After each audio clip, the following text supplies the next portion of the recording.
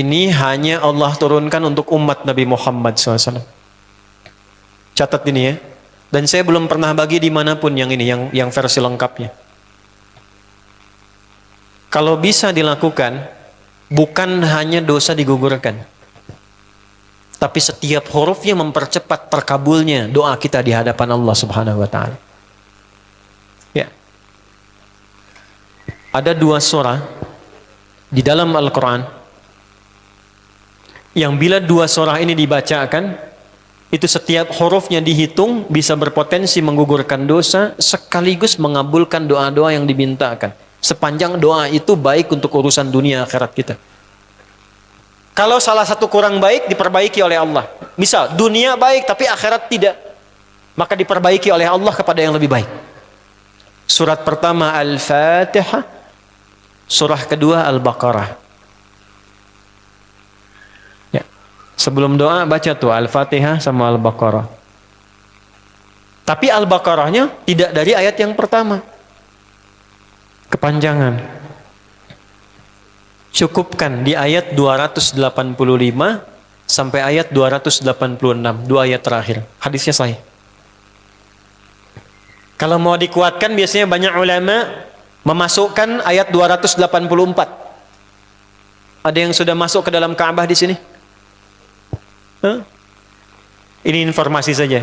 Dan 3 ayat ini, Al-Baqarah 284, 285, 286, itu ayat yang dituliskan di dinding Ka'bah. Itu yang saat berhala dikeluarkan, gambar-gambar dihapus, itu ya, syair-syair diganti dengan ayat Quran sehingga jadi kain kiswah Ka'bah di luar. Itu ada sejarahnya. Yang di dalam pun dihiasi dengan hiasan ayat Al-Quran. Di antara yang dituliskan itu Al-Baqarah ayat 284, 285, 286. Intinya di 285 dan 286-nya. Tadi rakaat pertama yang saya bacakan dalam salat Isya. Hadisnya sahih. Itu spesial malaikat Jibril turun kepada Nabi Muhammad SAW mengabarkan kabar gembira siapa yang membiasakan membaca Al-Fatihah. Ya, kemudian 2 ayat terakhir di Al-Baqarah dari amanar rasulu sampai fangsurna 'alal qaumil kafirin, tidaklah dia membacakan itu kecuali setiap hurufnya dijaminkan mengabulkan doa-doa yang dia mohonkan sepanjang benar doanya dan tidak diselimuti maksiat. Nih maaf ya. Ini saya minta maaf dulu nih. Kalaupun Anda benar doanya khusyuk sampai nangis, tapi ada selimut maksiat dalam permohonan doa itu pengabulannya mental lagi. Hadisnya sahih. Thumma dzakara ar-rajula yutilu as-safara ash'atha aghbara yamuddu yadayhi ila as-sama' fayaqulu ya rabb faqala Rasulullah sallallahu alaihi wasallam anna yustajabu lidzalik famat'amuhu haram mashrabuhu haram malbasuhu haram wa ghudhiya biharamin fa anna yustajabu lidzalik. Rawahu Muslim. Nabi mengisahkan seorang lelaki menempuh perjalanan jauh. Awas, menempuh perjalanan panjang untuk ketaatan itu mempercepat doa dikabulkan 2 kali lipat dibanding orang biasa.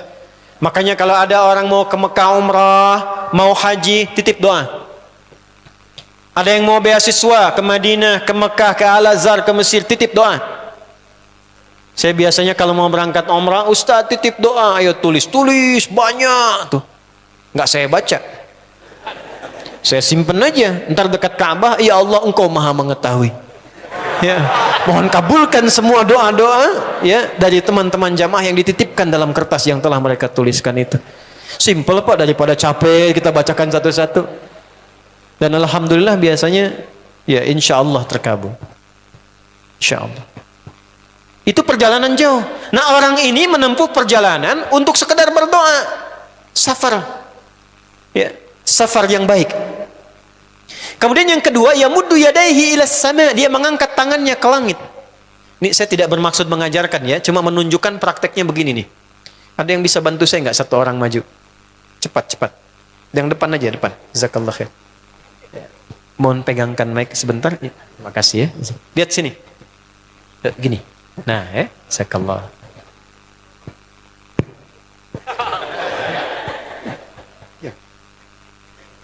Nah, gini ya. Ini tangan, lihat telapak 2 ya. Berdoa itu sesuai porsinya. dan ikuti caranya Nabi. Kalau doanya formal dalam sholat dan diikat dengan gerakan, jangan kreatif.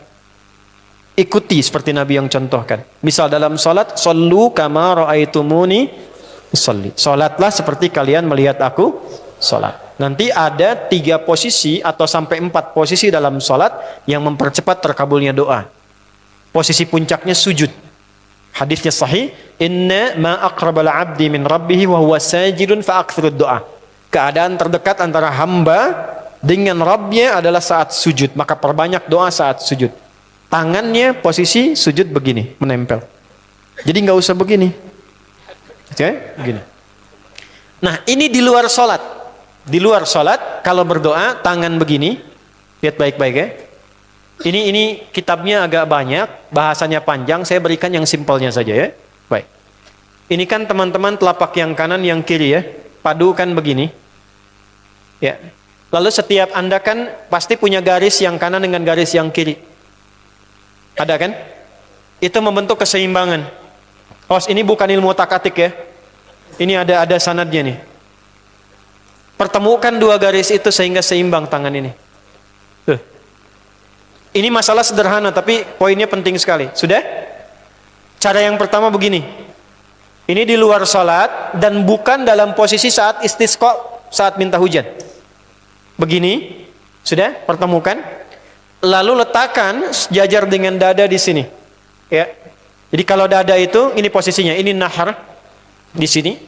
Ini ada rongga dari bagian atas dengan perut, ada rongga kosong. Nah, ini yang disebut dengan sodrun di sini. Ya, kalau kita meletakkan telapak tangan saat sholat begini, letaknya di sini. Yang ini perut, yang ini nahar. Doa itu di sini. Jelas? Semakin kita memohon dengan lebih sangat, naikkan sedikit begini. Sudah? Kalau istisqa, minta hujan, agak lebih tinggi ke atas. Nah, ini cara mengangkat yang standar di sini untuk memohon. Jelas? Oke, jazakallah khair. Nah, ini orang ini dia mengangkat tangannya. Jadi melakukan perjalanan jauh, mengangkat tangannya, ya muddu yadaihi ilas sama. Orang yang berdoa dengan mengangkat tangan itu dijawab doanya oleh Allah lewat keterangan Nabi SAW, itu bisa kama qala 2 kali lebih cepat dibandingkan dengan orang yang tidak mengangkat tangan saat berdoa. Jadi Anda cuma sekedar doa dengan mengangkat begini, itu lebih cepat potensi dijawabnya dengan mengangkat doa. Ada seorang bertanya pada Nabi sallallahu alaihi wasallam, hadis sahih, "Ya Rasulullah, bagaimana pendapatmu dengan seseorang yang meminta kepada Allah dengan mengangkat tangan?" Atau kama qala. Lalu Nabi mengonfirmasi, bertanya balik, "Bagaimana kalau ada seseorang memohon kepada Anda dengan mengangkat tangannya?" "Pak, tolong Pak, tolong Pak, tolong." Gitu kan? Di depan rumah Anda 1 jam begitu, "Pak, tolong Pak." Kira-kira Anda beri atau tidak? Beri. Minimal kalau Anda nggak punya kemampuan, Anda referensikan atau beri sesuai kemampuan Anda kan? Angkat tangannya. Dia jawab, "Saya malu kalau nggak ngasih." Apa kata Nabi? "Innallaha hayyun karimun." Allah itu lebih punya sifat peka untuk merasakan malu pada hambanya kalau dia tidak memberi ketika hambanya mengangkat kedua tangannya. Nah, nanti ada beda-beda posisi saat khatib Jumat, misalnya 1 begini untuk khatib. Makmum mengangkat 2 tangan. Yang ketiga dia mengatakan, "Ya Rabb, ya Rabb." Asmaul Husna. Doa yang dibuka dengan Al-Asmaul Husna itu dijawab 2 kali lebih cepat dibandingkan dengan doa yang langsung dimohonkan kepada Allah. Itu perintah. Tahu Nabi Zakaria? Nabi Zakaria apa ujiannya? Diuji oleh Allah, hidup demikian lama sampai rambut memutih, fisiknya letih, istrinya divonis secara medis, maaf, monofos dan mandul. Kata medis nggak mungkin punya keturunan. Maka beliau berdoa kepada Allah dan dalam doanya dimulai dengan Al-Asmaul Husna. Sebelum sampai ke doa itu di Ali Imran ayat 38 sampai 39, buka dulu Quran surah 17 Al-Isra ayat 110. Ini perintah langsung dari Allah. Qulidullah Awidur Rahman ayyamma tad'u falahul asmaul husna. Quran surah ke-7 ayat 180. Walillahil asmaul husna fad'uhu biha. Fad'u biha. Qul Allah, kalau engkau punya masalah hambaku, dan tidak ada di dunia ini yang tidak punya masalah. Quran surah kedua ayat 155. Wala nabluwannakum bisyai. Setiap yang hidup itu aku pasti akan uji dengan masalah. Itu kata Allah. Jangan disimpan sampai di situ, teruskan.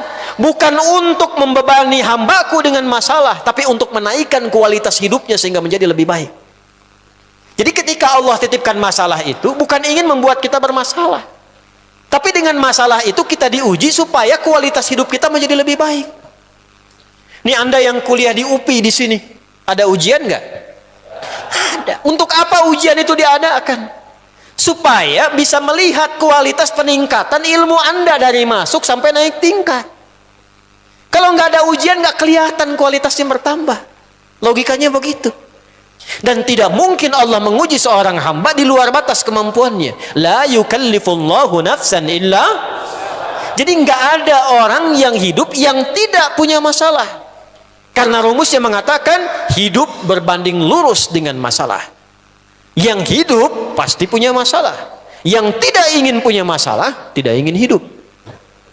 Karena orang yang tidak hidup, yang hilang masalahnya, selesai hidupnya.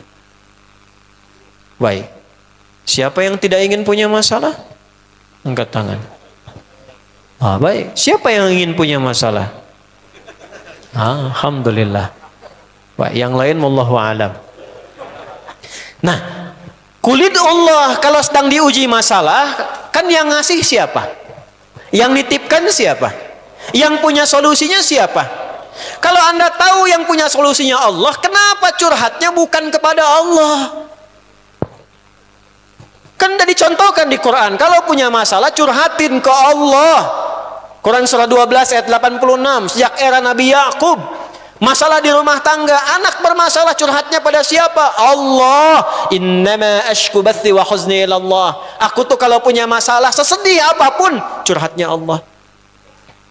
Bentangkan sajadahmu, curhatkan dalam sujudmu, tingkatkan takwamu. Wa may yattaqillaha yaj'al lahu makhraja. Quran surah 65 di akhir ayat yang kedua. Bentangkan sajadahmu, curhatkan, habiskan dalam sujudmu, keluarkan tangismu. Sehingga bebannya jadi ringan. Walaupun solusi belum datang, hatinya sudah tenang. Yang diperintahkan panjangkan sajadahmu, bukan panjangkan statusmu. Kita sudah tahu ayatnya, paham ketentuannya, tapi kenapa prakteknya ditumpahkan di Instagram, di Facebook, bikin vlog di YouTube, hanya untuk curhat saja. Dan ironinya dalam hal yang demikian tahu yang menyelesaikan Allah. Sekarang tambah bonus, aminkan ya. Yang mengaminkan doa ini mudah-mudahan dihilangkan masalahnya. Puguma mana yang nanti bermasalah kayaknya ini dia. Itu gimana kumaha teh? Paham? Curhatkan sama Allah. Nah, bagaimana mintanya? Sebut namanya ya Allah. Awidur Rahman. Kalau kita ingin minta lebih cepat, minta dengan kelembutan Ar-Rahman. Rahman itu bisa disebut namanya ya Rahman, bisa cari cara mintanya yang paling lembut, yang menyentuh. Allah senang dengan kalimat yang menyentuh. Misal ya. Kembali ke Nabi Zakaria tadi. Al-Quran surah 3 ayat 38. Hunalika da'a Zakaria rabbah qala rabbi habli min ladunka dzurriyyatan thayyibah innaka sami'ud du'a. Ya Allah, hamba-hambamu itu telah menghukumi aku dan istriku tak akan mungkin punya keturunan. Sedangkan engkau yang maha pemberi tanpa punya batasan. Mereka mengatakan istriku punya keterbatasan. Maka aku memohon kepadamu yang pemberianmu tak ada batasan. Mohon ya Allah anugerahkan keturunan dari sisimu saja ketika mereka mengatakan tidak mungkin itu punya. Sungguh engkau yang maha mendengar doaku ya Allah. Perhatikan, kalau kepada yang maha mendengar saja tidak terkabulkan, mohon tunjukkan kepadaku saat ini dengan cara apa lagi dan kepada siapa lagi aku mesti memohon. Itu dalam banget. Ya Allah, Engkau perintahkan aku berikhtiar mencari kerja, aku lakukan. Engkau perintahkan mengeluarkan keringatku dengan cara yang halal, aku kerjakan ya Allah. Engkau perintahkan aku jauhi yang Engkau larang, aku lakukan ya Allah. Sekarang aku telah berikhtiar dari sejak keluar, aku telah menunaikan sholat subuh seperti yang Engkau maha mengetahuinya. Dan menjelang malam aku mengadukan bahkan di rumahmu ya Allah hanya untuk sesuap nasi bagi istri dan anakku dari yang halal itu. Aku telah melakukan apa yang Engkau perintahkan, aku hanya memohon apa yang telah Engkau janjikan. Kalau dengan semua ikhtiar yang aku kerjakan sampai detik aku bersujud di hadapanmu di rumahmu ini belum Kau kabulkan, mohon tunjukkan kepada aku di malam ini ya Allah, dengan cara apa lagi mesti aku memohon kepadamu. Minta. Pernah nggak begitu mintanya?